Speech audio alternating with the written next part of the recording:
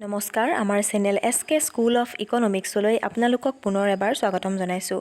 আজিৰ ভিডিঅ'টিত আমি economics book list for APSC UPSC তাৰ মানে APSC UPSC আৰু আন কম্পিটিটিভ এক্সামবোৰৰ ইকনমিক্স ছেকশ্যনটোৰ কাৰণে চাব লগা কিছুমান বিশেষ কিতাপৰ নাম লৈ আহিছোঁ। তেন্তে দেৰি নকৰি আহকচোন আমি ভিডিঅ'টো ষ্টাৰ্ট কৰোঁ।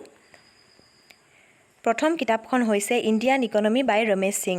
ৰমেশ সিঙৰ যিখন ইণ্ডিয়ান ইকনমি বুক আছে বহুত বেছি ভাল বুক হয়, গতিকে এইখন আপোনালোকে ল'ব পাৰে ইণ্ডিয়ান ইকনমিৰ কাৰণে। নেক্সট আমি চাব লাগিব ইণ্ডিয়ান ইকনমিক ছাৰ্ভে আৰু লগতে যদি আপুনি APSC বা অসমৰো বিভিন্ন ধৰণৰ কম্পিটিটিভ এক্সামৰ কাৰণে প্ৰিপেয়াৰেশ্যন চলাই আছে তেন্তে আসাম ইকনমিক ছাৰ্ভেও চাব লাগিব। থাৰ্ড বুকখন হৈছে আসাম ইয়েৰ বুক। য়েছ, আসাম ইয়েৰ বুকখনৰ কথা আপোনালোক সকলোৱে নিশ্চয় জানে আৰু আপোনালোকৰ লগত নিশ্চয় আছেই। আসাম ইয়েৰ বুকখনত যিটো ইকনমিক্সৰ ছেকশ্যন আছে সেইটো আপোনালোকে চালে অসমৰ বিভিন্ন অৰ্থনৈতিক কথাৰ বিষয়ে জানিব পাৰিব। লগতে ক্লাছ 11 আৰু 12ৰ NCERT বুক চাব লাগিব ইকনমিক্সৰ যিবোৰ বেছিক কনচেপ্ট বা বেছিক টাৰ্মসমূহৰ ওপৰত জানিবলৈ আপোনালোকৰ NCERT পঢ়িলে নিশ্চয় সুবিধা হ'ব। দেন নেক্সট আমি এটা কথা জানো যে ইকনমিক্স হৈছে এটা ডাইনামিক ছাবজেক্ট, সেয়ে ই চেঞ্জ হৈ থাকে। ধৰি লওক repo' rate, reverse repo' rate, bank rate, এই ৰেটবোৰ সলনি হৈ থাকে সঘনে।